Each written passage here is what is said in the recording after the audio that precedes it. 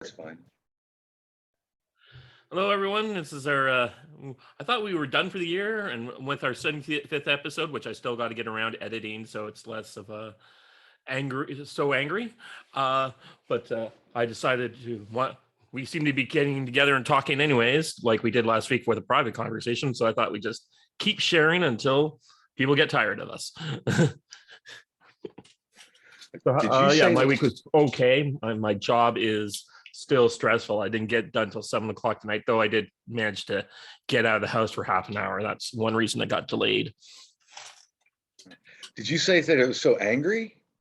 Well, there was certainly a certain energy to that particular episode because of some stuff that was happening, I think, at the time. You mean stuff on? You mean technical stuff or stuff in the news? It's just, you, me, and the doc were having a debate, and I think everyone was fine with it afterwards. But there was just a little bit of there was something extra going on there, and it's one of the reasons we need to edit some of the stuff out. Oh, really? Oh, I wasn't aware of that. Mm. Dang. Oh, well, okay. I don't think it's quite. It just come across angry, but I mean, we had the 3 false starts where you guys kept objecting because I kept using your real names. I've got to apologize for that. I think I got carried away. Yeah. At one point, you guys were calling me by my name, which is, of course, on the video screen. And I almost thought to myself, but I was like, I thought the joke was dead by that point. But I was like, hey, you guys are calling me by my real name. What's going on here? Sorry about that.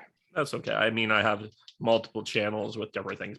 I was a friend of mine who has a much larger stream show than us had me on to watch the American election debates as one of the few people who would at least defend Trump during it. So there's like hundreds of people, thousands of people seeing that video of me talking about that. So I'm definitely more of a public figure than most. Huh. Were you at the debates? You were defending Trump, or you were against? Well, Trump? I was like brought in as a panel. Another guy who's my friend said I couldn't get any Americans to defend him, but I had a Canadian and Australian from my show defending him. Is it okay if we talk about that? Because I wasn't on Ricochet in 2016. No, these were the 2020 debates. Oh yeah, right. Yeah, okay, yeah. Well, the 2016. What was Ricochet like? Apparently it was anti-Trump in 2016? Yeah, very a little bit, or a little confused. Sort of like I was a Ted Cruz guy, and we would just have like discussions with these people. Like, I get it, you like Trump, but what's the matter with Ted Cruz that you find so offensive about him? And no one would answer, and it was just like, and like when he won, and we were finally over the hump of the nomination, people were a lot more like, okay, well, I guess we're all in. He's the winner now. But there was a lot more bitterness in the thing. Or I remember getting into one discussion with one guy over transgender bathrooms and how Trump had said, sure, I have no problem, I'll put them in my freaking hotel. And people were like upset about that. And I'm like, dude, like this situation's it's over. Like, guys, what do you think is happening in these bathrooms that's so awful? Like, what do you think? Are you like, you act like the women in these bathrooms are having like lingerie pillow fights the way you describe. Now we know some of the situations that happened in like Virginia with like people like with some of the high schools, but that was just people like before transgender bathrooms. If someone did something like a man dressed as a woman went into a female washroom and just did their business and left, no one would care. And if they assaulted someone, you'd call the cops and arrest them. And it's like now with the transgender bathrooms, if someone's screwing up and doing things, call the cops and arrest them. And the problem is, of course, with Virginia, when they had situations, the school teachers covered it up and the principals covered it up, versus they should have called the cops and had them arrested. Right. Yeah. Well, let me give you a little background in my question then. In 2016, I barely even remember 2016, and I'm not sure why that is. I think it's the COVID, but I liked people whose names started with C. Let me see, who was Who was the doctor that ran, the black doctor? Oh, Ben Carson. I was reading an article Yeah, that he published earlier today. So yeah, I liked Carson, and then Carson dropped out, so I liked Kane, and I thought, get on the Kane train. Yes, we Kane, well, Kane's and a then little he dropped earlier. out. Huh? Kane's 2012. Really? Yep. Well, then I really don't remember, do I? Yeah. But then I liked Cruz, Yep. and I thought, but even when Trump insulted Cruz badly and slandered Cruz through his father, and I thought that's not really the worst thing in the world, but I was still a Cruz guy. And then, of course, when Trump won the Republican nomination, I was all in for Trump. Right. Didn't think he'd win necessarily. I remember going to a convention in Ohio a few weeks after the Republican National Convention for another gaming convention, and there were all these Kasich guys who were very depressed. And I knew one of my friends would be all in on Trump. And I turned to him at one point and said, well, you must be very happy Trump's going to win.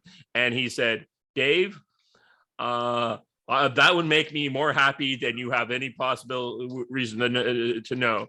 But you're the first guy I take seriously who said that to me, and you clearly mean it. And I'm like, these people have no idea what's coming, because I had seen something similar in Toronto, which is this super liberal, like New York City style thing. And we had a mayor named Rob Ford who proceeded to win his election by 60% of the vote. Like, I thought he was going to win, Rob Ford was going to win that election, but it'd been like a 40, because it was split between three major candidates.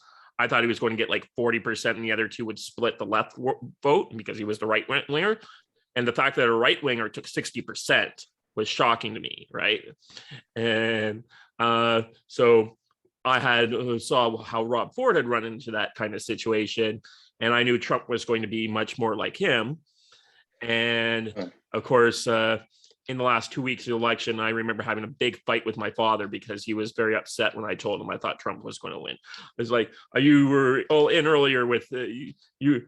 Don't you see all the polls? I'm like, the polls now are a lagging indicator, which they can also do. Most times people try to predict the future with them, but often because they're using averages, they can sometimes lag about what's going on with momentum. And the problem with the American system is that you guys have the perpetual campaign. So you're not used to, like, Canadian campaigns are 4 to 6 weeks, right? So we can have wild swings happen overnight. So in the last 2 weeks of the election, I was actually right before Comey gave his speech, I was rather depressed because I'm looking at it, and Hillary Clinton had like 220 electoral votes locked up, and according to the RCP average, and Trump was at 97. And over the course of the next 2 weeks, leading up to Election Day, suddenly all these states went up into toss-up, and Trump went up to 120 locked-in electoral votes, and Clinton dropped to about 100. And everything else was in toss-up. And I'm like, when that happens, that's a sign that Trump's winning. And he's going, everyone has decided they're going in on this guy because they want something different. And it was just a wild swing. But the problem with American electoral polls is because you allow your average to go back, say, 6 months, it really thins it out versus Canadian elections where we can see these wild swings because our polling only happens like every 3 days for the month. So you can see rise and falls rather quickly, and Americans just don't see that because they'll be still averaging polls in from July when it's October. Right? Doesn't help you that so much then. And since then, the problem is polling in America for most of the polls has just become so corrupt and incompetent because you had all the woke kids have graduated and they've gone into these industries, and they're just skewing things based on their ideology and not based on results. Yeah. So, do you think Trump's going to run? I'm still 50-50 on that. I mean, he could, if he does go in, I can't see any candidate stopping him at this point. Like DeSantis has said he's not going to run against him, and all the polling, the true polling that it does show is Trump has another 40% lead. It's just like, so what are you going to do? Have like 17 candidates all just kind of divide it up again? Maybe you can get 2 or 3 candidates to make. I'm sure there will be people who are going to run, but I just don't see like Mike Pompeo is a really nice guy. He might make a great vice president, but how is he going? None of these guys really have who have a real chance to run against Trump are going to run against Trump. They're going to wait their turn. They're going to wait till he knocks everyone out of the side. There's people like Chris Christie and a few other people who are going to get up on that stage and try, but they failed last time. What makes you think they're going to do better this time? How are you guys going to handle the fact that this guy's just going to say what he thinks right away? And like, he has Trump may be wishy-washy as all hell, but when he's saying something at the time, you can tell he's that's what he believes in at that moment. I just don't see how a Mike Pompeo or a Chris Christie really is going to have. You might have to out-organize them, but I just don't see how those guys are going to go up against Trump personally and win, or like out. So you don't think Pence is going to be? I think he will. But the fact is that 40% of the Republican base thinks he's a traitor. Yeah, that's what I was gonna say. Like, he's not going to do. These people are so out of touch. It's like, you don't understand. The people who will be voting for you think you're a scumbag who betrayed them. How does that work for you? Who's going to vote for you? Well, I think Pence will have the powers that be behind him. Yeah, ask Jeb Bush how that worked out. Yeah. You know, I got to say, looking back on it, every nickname that Trump came up with really did the trick. Mm. You know, low energy Jeb, was it? Yeah, low energy Jeb, lying Ted Cruz. Yeah. And now after he won the president, it was lying Ted Cruz.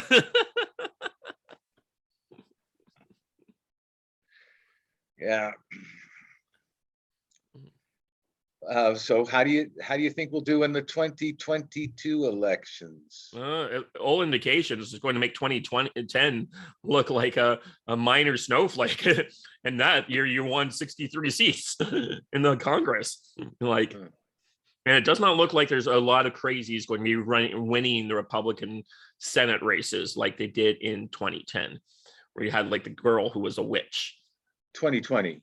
You mean? No, in 2010, the Senate was there's a couple of Senate seats that required some moderates to run, and they didn't run in the 2010 Tea Party election. That meant that the Senate was just a seat or two too far, and it's unfortunate in that regard.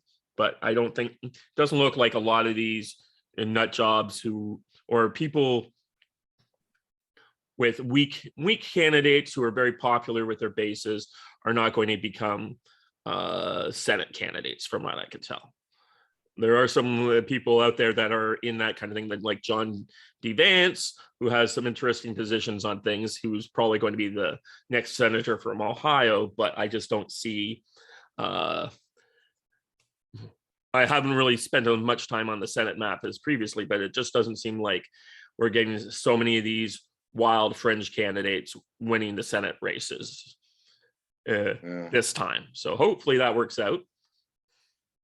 Well, maybe Marjorie Taylor Greene will run for Senate. Yeah. No, I think she's her kind of antics are great for the House, from what I could tell. Yeah, I got it. Yeah, we've got a couple. Boebert. Yeah. Just seeing if Brian still wants to. Brian said that he might want to stop by, so I just sent him a reminder. Yeah, so how's things down your way going?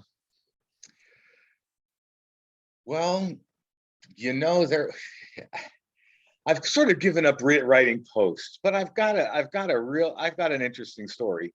Mm. Well, I won't relate it to any other posts on Ricochet, but there's this woman who has 2 daughters who we invited to the house, and she said yes. Mhm. And then it was either come over for dinner at the house or go out to a restaurant or something like that, a nice restaurant. And then it turned into her 2 daughters and her sister and her husband, who's just gotten into town 3 days before, and her 1.5-year-old daughter, and then her mother and her boyfriend, and I thought, oh, this is going to be me sitting at the end of the table with no one to talk to once again. I can just tell. Mhm. And I really ended up dreading this thing up till the hour that we had to leave for the restaurant. Mhm. And I just had such a wonderful time with everybody. Mhm. It was just surprising, and it was a really nice holiday dinner. And I was sitting next to the husband, who had just arrived back from Bahrain 3 days before, Mhm. and we talked a good bit about this and that. And it's funny how you can dread something Mhm. for 2 weeks, and it turns out to be just a perfect evening. Yeah. So, yeah. Yeah. Yeah. So that's a good thing to hear. Like, was it? I wish my work was more like that. Sometimes I just kind of walk in, look into the computer, and I'm like, "Good God, what's going on today? Why am So I is it seeing really 60 emails here?" no? So is it really more difficult than handling 100 trucks?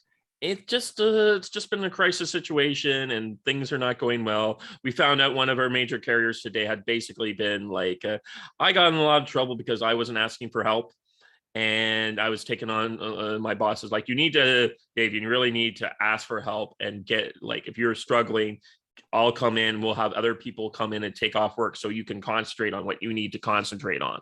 And yeah, I've been doing that a lot more lately, though. But to find out one of our carriers who is doing the same thing because they kept taking on more and more work, but they couldn't continue to make the deliveries they needed to make for us. So today we finally found out, like, wait, why do we have like all these shuttle? They were supposed to guarantee us 1 trip a day. That's all they needed to do.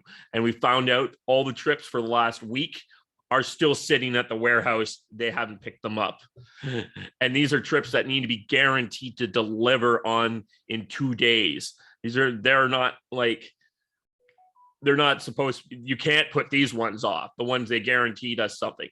I had other drivers who could be doing this stuff, but instead, and especially yesterday, this person who is the customer service person said to me, like, yeah, we're doing really well. Are you giving us a load? But we haven't been seeing any new loads for us. And I'm like, you still owe me 20 trucks that you're supposed to be delivering here. You have, once you get those cleaned up, maybe I'll give you some. And then found out they weren't even able to do the 1 a day that I was allowed to give them. Like, it was just like, So do you find that, when marching, there's the slinky effect, the guys at the head of the line walk a consistent pace, and the guys at the back of the line, they walk as fast as the people in front of them, and then everyone starts accelerating from the front to the back, and the guys in the back have to literally run to catch up. Yeah. And that's it seems like in shipping there's that problem too, that if you slow down, you have to do double time to catch up, Yeah. because you've got your previous orders plus the new orders that are coming in. Do you Mhm. find that, is that happening with you, Yep. that You have And I'm days where you're convinced half the new orders that are coming in are trying to make up for the fact that the ones that are at the front that are still being waited on, they're just ordering more to try and make up for the fact they don't have the stuff now that they're coming down the pike, which is making more and more craziness involved, especially for the one customer. I'm like, Jesus, why am I consistently? We haven't been able to get you this 20 trucks you're asking for. Why are you asking for 6 more every day? But you know, that's the situation. So in other words, the orders don't ever slow down just because their orders haven't arrived, their previous orders haven't arrived yet, right? Yeah. No, yesterday I came in and found that guy was the guys who normally get 6 orders or 6 truckloads a day had gone down to nothing. I was like, oh, thankfully we're getting close to Christmas. They can't order anymore. This is clear. We've been told this is coming down the pike. That's what's happening. All I have is this loose change worth of work. I'll be able to I'll put it to use somewhere else. And then today was like, nope, 6 more. Boom, boom, boom. I'm like, okay. Yeah. Yeah. So have I asked you? I don't think I've asked you. What's your opinion on the? It's a little bit. It's old news, but what's your opinion on the shipping tie-up on the West Coast? Yeah, it looks like the problem is America's the West Coast guys have basically unionized kind of a bunch of different things. It's a kind of a perfect storm of regulations and the unions demanding, no, we don't want any more automation. We want you to hire more people to do more of our guys. We don't want to bring automation. We don't want to bring in bigger cranes. We don't want do all this stuff. So the California terminal is very primitive compared to, say, the biggest terminal in Europe is like at Antwerp. So a lot of the terminal work in California on the West Coast is just being like, they were able to get away with it when there was no real crisis. But when they suddenly had a crisis and all this stuff, this demand piled up, they ended up not being able to handle that because they're still dealing with technology from 10, 20 years ago. So that's what we learned when the flagship had that guy on. I was like, oh, wow, I didn't realize it was quite that bad. I just assumed it was because, you know, we're trying to restart the engine and we just don't have enough stuff. Like it's hard to go from 0 to 100 quickly in the just-in-time inventory system. But no, it's exacerbated by a whole bunch of really dumb environmental regulations in California and the fact that their port is so antiquated and out of date. The biggest container ship units that are coming out of that are going into Europe cannot dock in California. So because they're too big. Yeah. So there's certain ship. It turns out there is one of the big limiters of shipping is the size of the canals.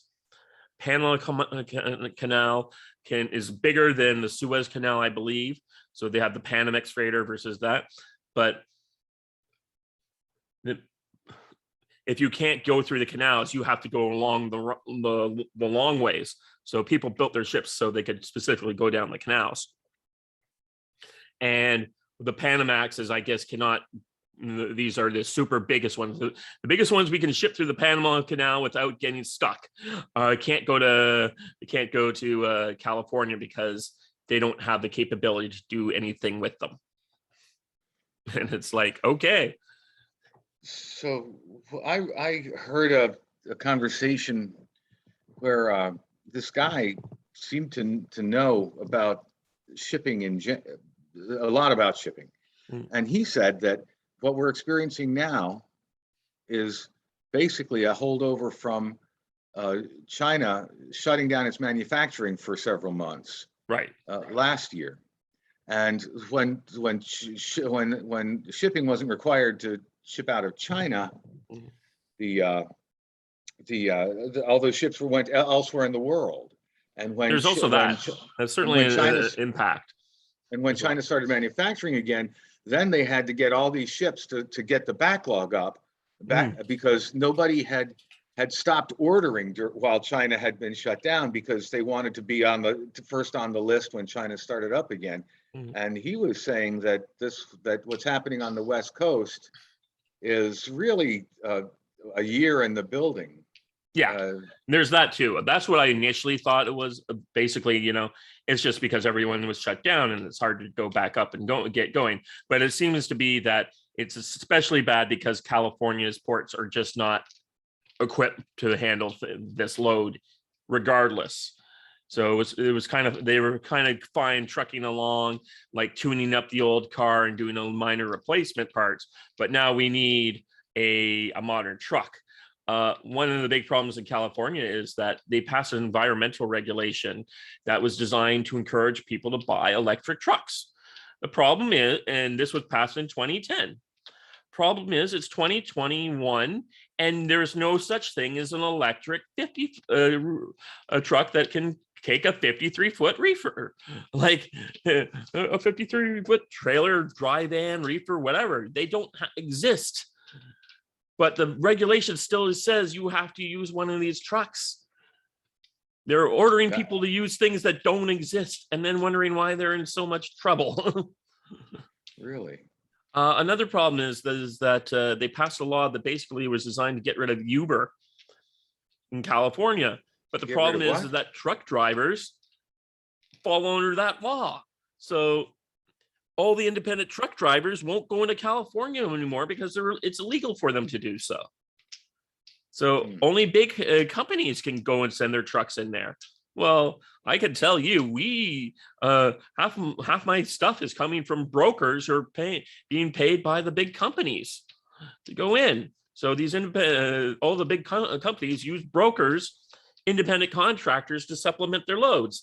And in California, it's against the law. And now, we'll see what's happening. The vaccine mandate in your country is starting to fall apart. And it might even be falling apart in my country sooner than I thought. Because,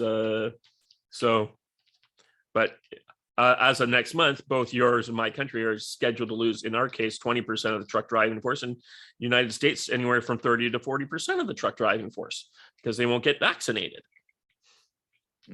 So I'm starting to see that people are getting really angry here in Canada or especially in my province. In the last few days, because of Omicron and other things, people are it's basically the government started to do lockdowns again. They're starting to phase them in, and people are like, we did everything you asked us to do. We are firing all these people who are unvaccinated, and still we have to go through this. And people are finally pointing out it's like the reason we're doing this and the United States and other countries don't have to is because our healthcare system is a joke.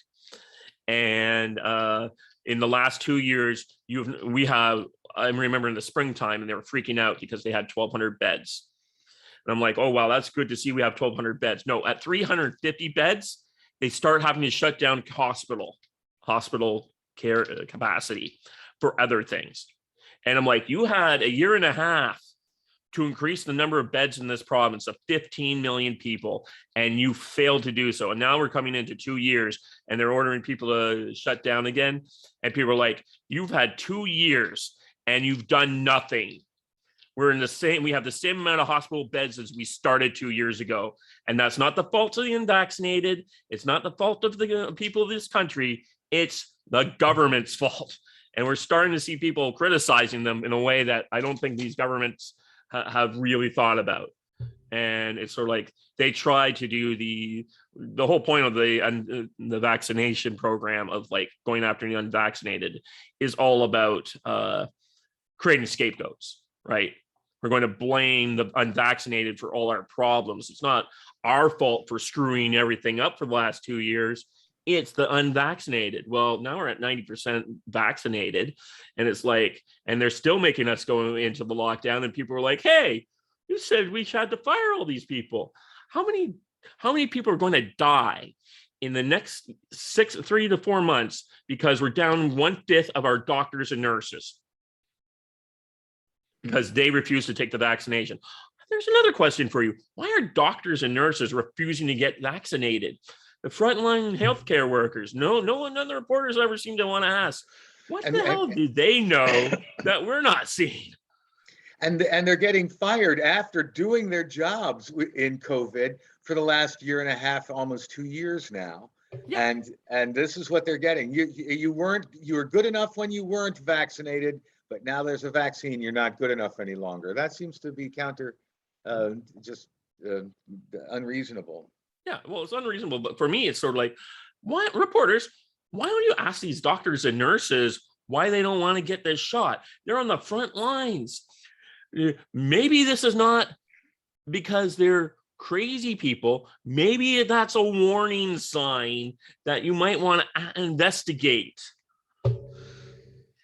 Well, right? Like the doctor, like they could be a canary in the coal mine, but you're too busy taking and that's the other problem in this country. So much of the money, the government, because the government's did a media bailout right 2 years before COVID. So many people are taking money, but they're finally starting to ask the questions. I think we're just about a year behind the United States, where the United States is getting fed up with it. And like, if I listen to the Flagship today, and Rob Long's like, people are just done in America. They just do not care anymore.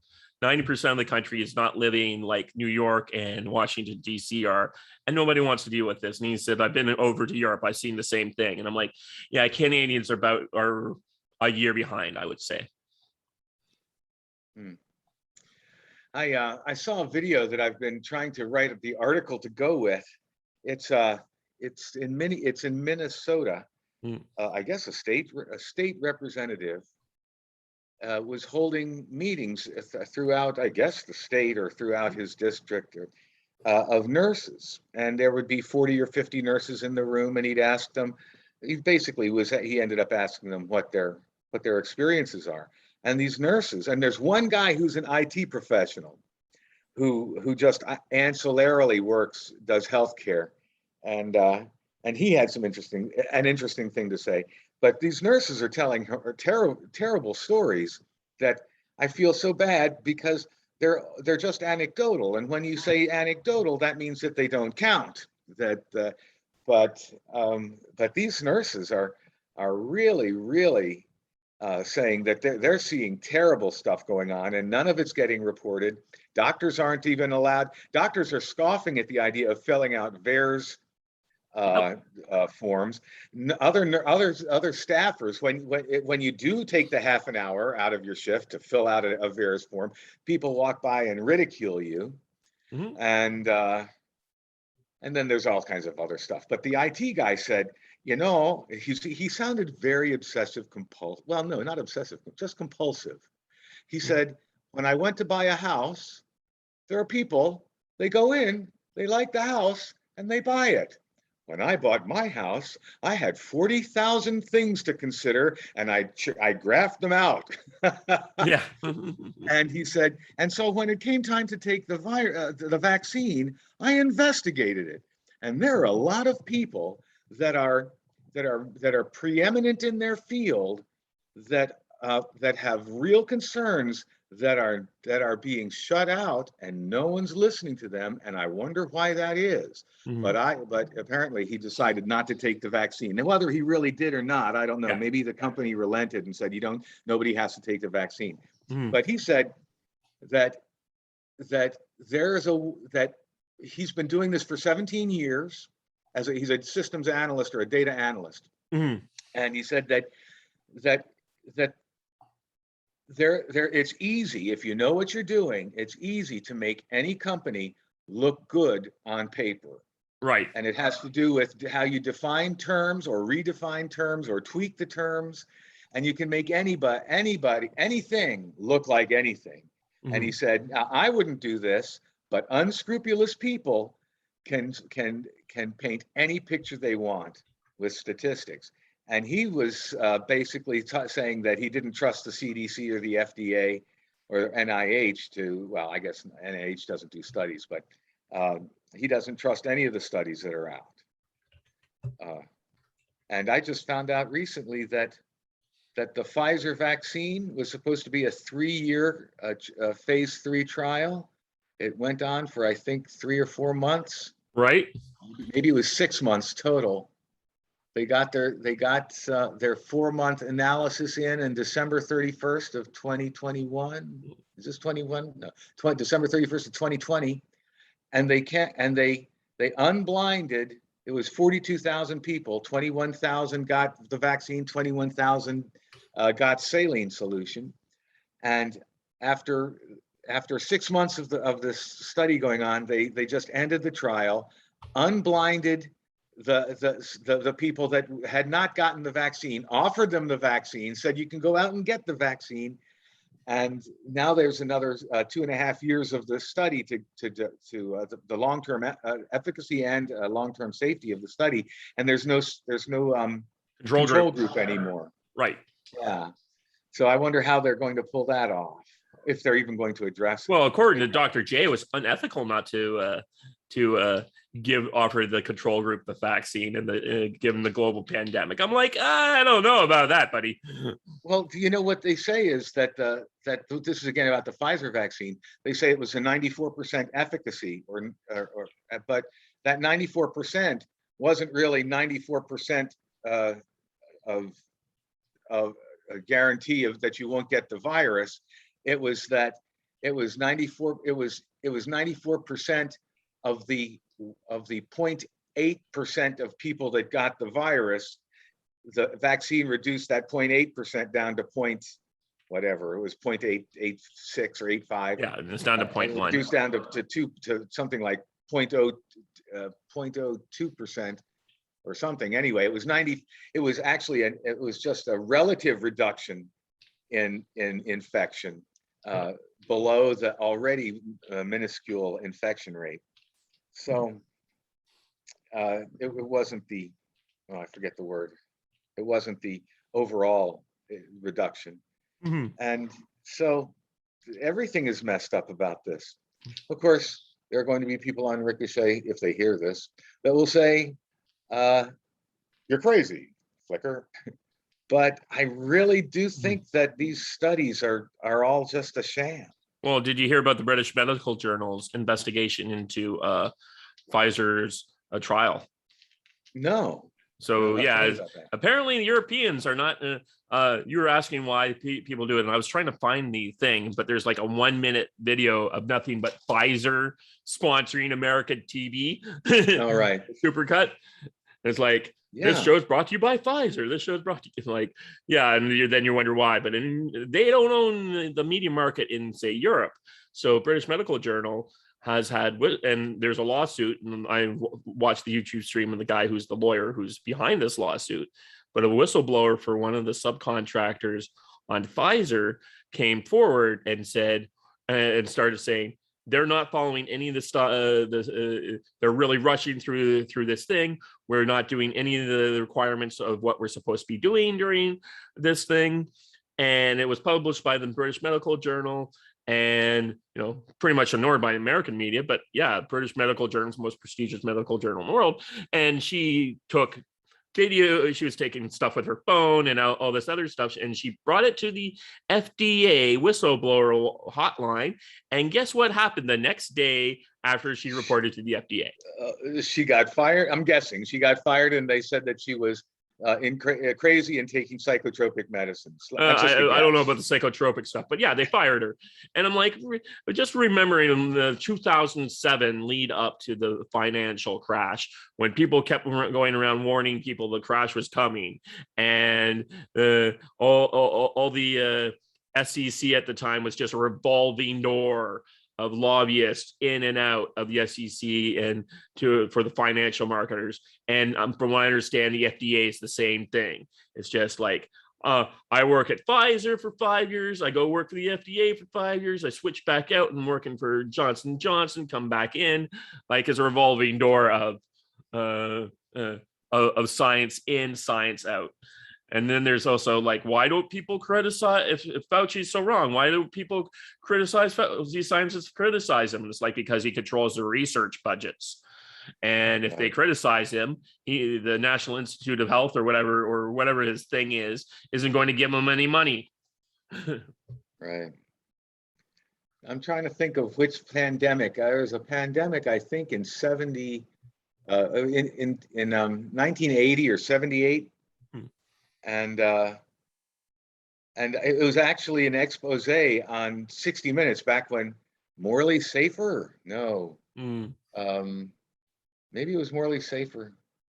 Was asking the head of the CDC, I think it was, Hmm. why why are you telling us that this this vaccine doesn't cause neurological damage? And he said, because there's this whistleblower that says that it does cause damage and you knew it. And he says, no, I never heard anything like that. And he says, so you're saying that he's a liar? And he goes, yes, he must be a liar. And he says, and then whoever it was, maybe it was Chris's father, but Yeah. he said, well, here's this CDC document saying that you actually list neurological damage as one of the side effects of this vaccine. And then they cut away before the guy could answer. But this is apparently chicanery that's been going on for 50 years, Oh yeah. or for 30 or 40 years at least. I'm very much happy that I have AstraZeneca. Very much happy. Looking back. Now, which is that? Is that the one that's where the mRNA is put into an adenovirus? Yeah, I believe so. So this, it's like, at least this technology's been around for 40 or 50 years. It was not as highly regarded as Pfizer or Moderna was, but you know what? It's I was they are saying we should start taking the booster for Pfizer or whatever, and I'm like, unless you make it legal, I'm not at this point going to do that. Right. Yeah. I just a couple days ago, I got a text on my cell phone saying, if it's been 6 months, this was from the government. This is from 311 saying, if it's been 6 months since your last shot, you need to get a booster. And I just texted back, is this the law? But I didn't get any response. Yeah. I guess you can't text 311. Yeah, no. But yeah, that's the situation is sort of like, yeah, I'm not going to get a booster until they basically legally mandate it. And even then, I'm probably by that time I'll living in Florida or something. I don't know. That's my current plan, is to extricate myself from this country, because I've discovered that there are some countries and some or states that did this very well, and there are other countries and states that did terrible. And on Canada is just the worst. Or no, I should say no. We are not the worst. Australia is Australia. But yeah. Canada, there's nowhere to escape to in Canada. That's what I wanted to say. They're actually putting people in concentration camps in Australia, apparently. Yeah. But the thing in Australia, there's like some states that are better than others. So there's like one state that's like ridiculously free, and the other state next door is got the concentration camps. Versus Canada, it's pretty bad everywhere. But are you going to want to move to Florida? Is that going to be a place that you want to be when Governor Pelosi is sworn in?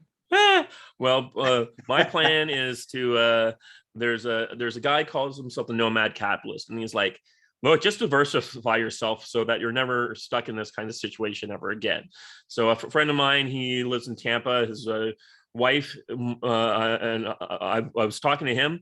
I was looking to get some property down there. He says his wife would be willing to manage it or take care of it. So I would use that as an investment property.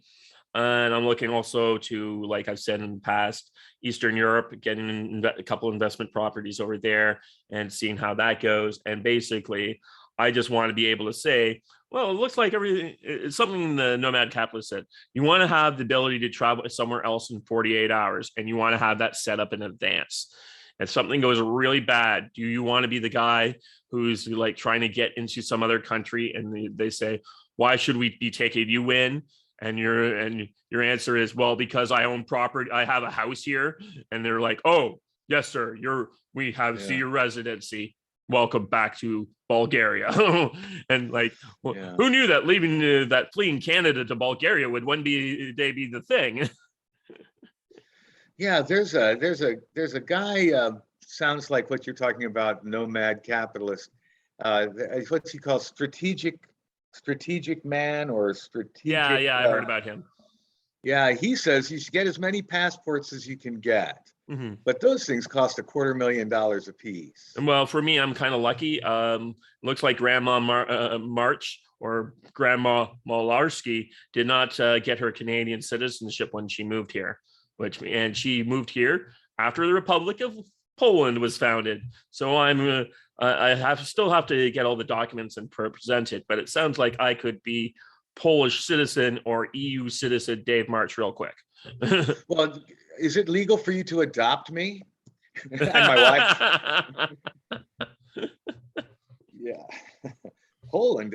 Some of these, Poland sounds pretty good. I don't know much about Poland, but I think that it's really resisting all this totalitarian stuff is because they've seen it. They've lived through it. No, they were pretty. When we interviewed, me and Don interviewed Miffed White Male back in the day, who was he lives there, and he was telling us about like no COVID we have pretty stringent lockdowns here as well, but he's like, yeah, it's great living in a country where you swing back between two versions of right-wing conservatism as your parties. So you have like the current party, the Law and Justice Party, which is more the national populist conservative party, and the other party is the more traditional Bushite, pro-business free trade party. So it swings back between the free traders and the populists. So I'm like, well, that sounds a pretty good place to live. Yeah. Yeah, that does sound good. Mm-hmm. Well, I don't know.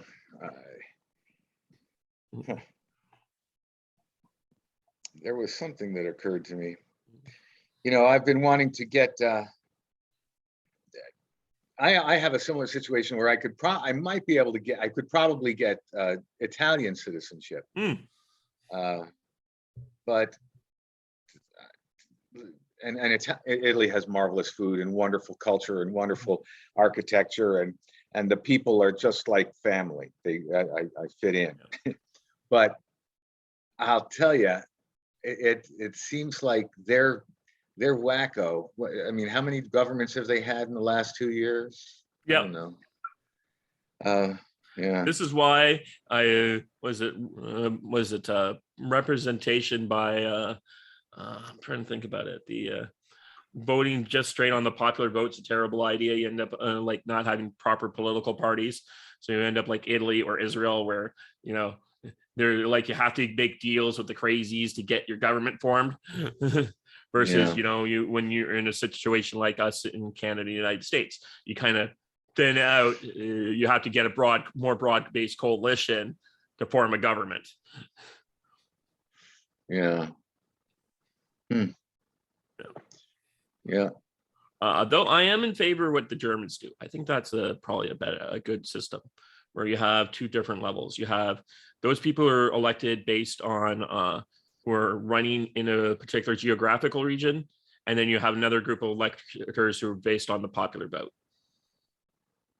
So I think that's actually a good idea. So the popular vote guys are based on a slate of candidates, and if you're the political party that you're running, you put your leader and all the guys that you think are really qualified to be in like cabinet into those positions and slate, and hopefully you get enough of them elected. So when your government, you have your good cream the crop people, plus you've got a lot of regional diversification from having people elected who are tied to specific places. So I think that's probably the good way to do it. So you still tend to get more coalition. You do have a bit more of their coalitions, but I think the way I would handle that is you would have like the vast majority of people are elected based on regional distributions, like congressional seats or Canadian ridings, and then you have maybe 1/3 of your seats divided up amongst the popular vote. What is it? The 17th Amendment in the United States that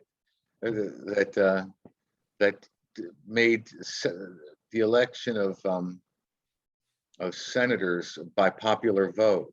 Yeah, terrible idea in retrospect. Terrible. Yeah, that seems to be the beginning of the end. Yeah, so I was watching this guy who's called the People's Pundit, and he wrote a book on that. And uh, he's like the solution. That was really a terrible thing, because before, when because the legislatures would choose their senators, if you got too corrupt and too quickly, they would replace you with someone Right. who would be more vested interest of their state in mind. So you actually, either if you wanted to be long in the Senate, you had to be like very loyal to your state, or they'd get rid of you. Right. And the state senators actually had authority. Mhm. It's not like now where they basically just have to kowtow to the federal government. Right. Yeah. Oh. Come the revolution. No, never mind. Well, there's something to the revolution thing. I was listening. So I'm on Twitter, and there's these things called Twitter Spaces, and it's kind of like people just randomly are setting up like chat rooms, and people go on there and they start like moderating debates and have all sorts of interesting types of people showing up.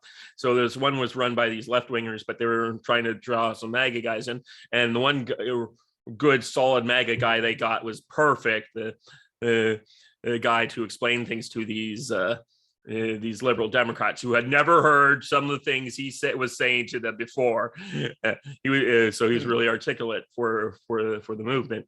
But just seeing some of these guys would come on and would just say these things, and he's like, and it was just crazy. And the guy was from Virginia, so he knew what he was talking about. And he's like talking about like what happened when the Supreme Court refused to hear the Texas court case. And it's like, look, maybe there would have been nothing to it, but at least people would have had their day in court, and then they could have shut up about it.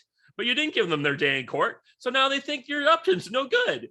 Well, and a similar discussion I had with C. Writer right after the election. It's like, look, if you're not stealing the election, why do you keep acting like you were stealing the election? Yeah, right. Yeah, that whole thing, the whole syndrome that we see on Ricochet, where, well, I'm not gonna, I'll take that back. There's a syndrome that seems to be that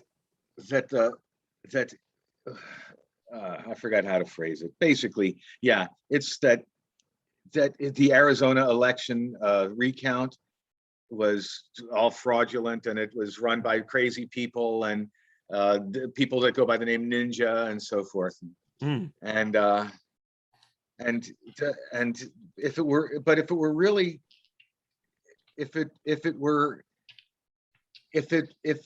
well, I don't know. The question that's always been, that I've been asking is, what's the matter with the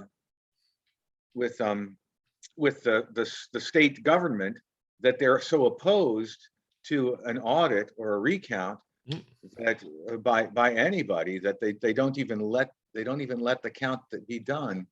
It just seems like they're covering something up, right? And that's, they don't want to know the truth, that their elections are garbage. And that's a hard thing to hear, but I'm telling you, coming from Canada, your elections are garbage. It does not, you say that every time we talk. In Ontario was over in 45 minutes. It does not take multiple months to count a congressional district. Sorry, that's ridiculous. It depends on how many cars have ballots in the trunks, because you find those over the course of weeks sometimes. Yeah, like people literally said in the court case that, oh, we had 34 ballots in a desk drawer. You come in there into any Canadian election to say, sorry, I had the riding officer says, I have these 34 ballots in my electoral drawer. I forgot them. Like, okay, well, we have no chain of custody on those ballots, so they're gone. And if you try that again, I'm going to have you arrested. Right. And so you don't have. I think this was happening in multiple states. But you don't have any election fraud. No, we have election fraud. Sure, there's election fraud. I mean, like, I was involved in an election that got where they were accused of stuffing the ballot box. Now, I was only a poll clerk, and that was one of the weirdest things I've ever experienced, was just on the poll clerk side, where people were screaming at the top of their lungs at me. And I slammed like the table at one point like this. The guy's like, "You're threatening me." I'm like, I just left. But I was exhausted after just dealing with these people for 3 hours. But yeah, the OPP investigated whether or not the ballot box was stuffed. So the governmental system in Canada is essentially strong. It's robust. The Oh yeah, election there's like, at system least and on the election side. I mean, here's an example of what happens. So you are not allowed to spend more than $1,500 in the federal election per person what do for you your mean? candidate. So you can give $1,500 to your candidate, you can give $1,500 to your party, and then during the RIC period, which is the stated election period, you can give another $1,500. Well, that was at the time. Now it's around $1,650. But at that time, so $1,500 again to your candidate and $1,500 to your local, to the federal party. So that would be a maximum of $6,000 at that time federally. What happened is a group of, what was it, the Tides Foundation. They came up and they set up all these like environmental groups and all these other like third-party nonprofits to do illegal electioneering activity in the same way that Zuckerberg did that with Facebook money, like his $300 million in all the key battleground states and to take over election machinery. Now, they couldn't take over the election machinery, but they were doing all this illegal organizing to basically get the Liberal Party elected in 2015. They targeted 25 seats and they did all this stuff. And and the way Elections Canada, which is the government, the bureaucrats who run our elections in Canada, a lot of times we think they're a waste of space, but they are true believers, right? They believe in their election integrity no matter what. They have a job, they have a mission. We have no idea what they do for the other 3 years and 11 months that they're not running elections, but damn it, when they're doing their elections, they do it right. So the Tides Foundation held a press conference where they laid out to all their people how they changed the Canadian election. To which the government, the Elections Canada, actually went to the government and demanded that the Tides Foundation CEO and their board be arrested and extradited to Canada to face trial. Oh, where did they do this meeting or this? Because the foundation is located in the United States. Oh, so they were okay, all Americans, but they had set up all these election groups, all these things, basically like spent millions of dollars over the campaign limit to fund all these third-party groups. Well, Elections Canada the government decided they were not going to arrest, try and fight extradition for a bunch of millionaires in the United States. But I could tell you in the 2019 election, every single one of those third-party groups was closed down. They were not allowed to run or do anything. And those people were, the people who were running those groups in Canada were fined. In a personal fine in Canada is you have to pay it, and it doesn't matter how long you take it to pay it. You can't go to the bank and say, I need $50,000 to pay off my personal fine. No, you're paying that out of your paycheck until you're finished. So they shut down all those organizations. They levied some fines on people, and that in that next election there was no interference from third-party groups, at least in that kind of way. I mean, we do have like political action committees that do operate on different levels, but they are heavily regulated. Do you ever have scandals where you receive money from foreign governments or? Sort of, yeah. So, but they usually make them, because you can only spend up to a certain amount of money during a writ, or you can only gather so much money. Like we had a friend of mine was telling me, like there's certain areas where you just get like MPs who are clearly in the pocket of foreign governments, China mainly, and they get elected to whichever party's in power at the time. So everyone knows they're the MP for China, right? So apparently one of the fundraisers, they raised like $200,000, and the party made them give some of the money back because they're like, you can't give us all this money. It's illegal. But there is certainly, there's definitely like Chinese businessmen and other people, they do their max contributions and they do what they do. So, but I mean, it's so like when you know who's the MP from China or MPP from China, you make sure they don't get into like certain kinds of jobs, I guess. Hmm. Sure, you can be in the Ministry of Agriculture, but you can't be in the Ministry of Defense kind of thing, right? Hmm.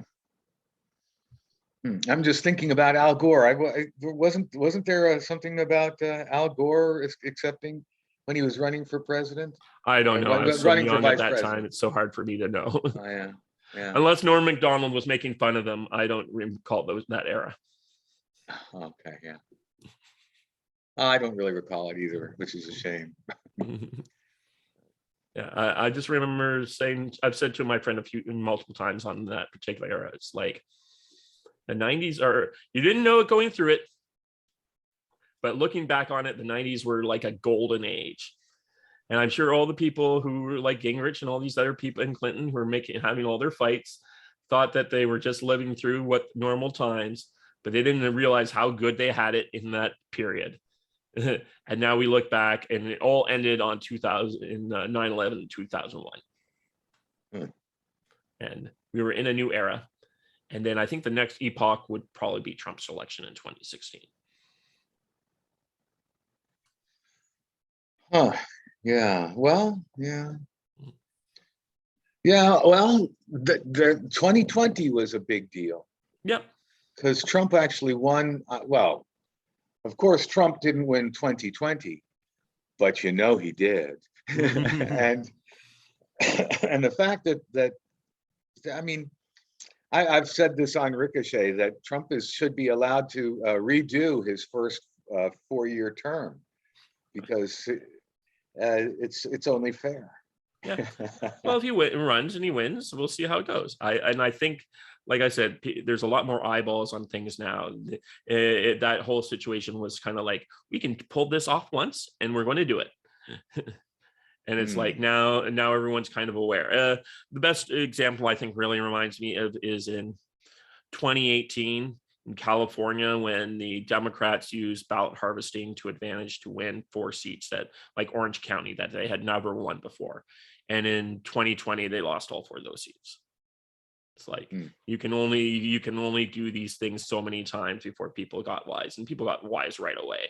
I remember watching some of those state Senate hearings and watching the faces of those Georgian guys who are getting told, state senators who realize what happened in their election, and they're like, "Oh crap, we are so screwed. What happened?"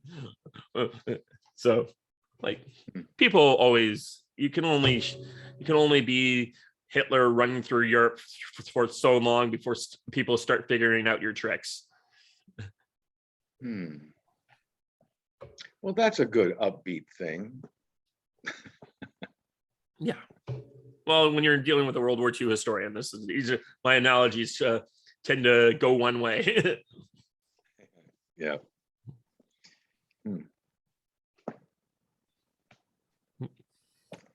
Anyways, we're seeming to running low on energy, like a certain bush. So maybe we should think about ending it around here. Do we have anything we want to go out on? No, I just looked at my watch, and that was like a Bush thing. Oh yeah, that was from the one and good and only one of the President Bushes, as far as I'm concerned. I was not a big fan of George W. Bush. And it always amazes me when I have my liberal friends will come up and like try and impress me by like, "Oh, this guy here, this George W. Bush guy said something like this." And I'm like, "You mean David Frum? Why are you bringing him up to me? He's a war criminal." Well, I don't. I think that George H.W. Bush was actually a pretty malevolent character. He just was so blue blood about it that, Well, for me, what I most admire about him is what happened with the first Gulf War, when he's the only person who set up clear, defined objectives. And when he got them, he said, "That's it, we're going home." And so much of what's happened since then, be it Afghanistan, Iraq, or COVID, is the reason these things keep going on is because no one defines the objectives to win. And when we achieve those objectives, we're supposed to declare victory and go home. Well, we ended up with 20 years in Afghanistan, the United States is still in Iraq to a certain extent, and you got COVID seemingly going on forever because no one can declare victory and end it. Yeah, that's true. He did get us out of Iraq on time, on schedule, I guess. Right. So that's kind of why I like it. If more presidents and more politicians did that, I think we'd be in a lot better shape than we are with instead of these open-ended things. And you know what? I think I'm going to declare victory of this podcast. What? I'm sorry. I said I'm declaring victory on this podcast because we're running low on energy. Oh, yes. I was trying to make the joke. Oh, yes. Mhm. I'm laughing inside. On the inside. Yep. Okay. Okay. Well, it was good talking with you. Yep. Good seeing you too. Yeah. And Yeah. we're going to try and do a party on Wednesday. I don't know if you want to come What Wednesday? What time? next week. Yeah, but what time of day? It will be around 8:00 in the morning. Okay, that would be Thursday. Okay, yeah, I can do that. Okay. Well, I'll see you guys. See you then. All righty. See ya. Bye-bye. Bye.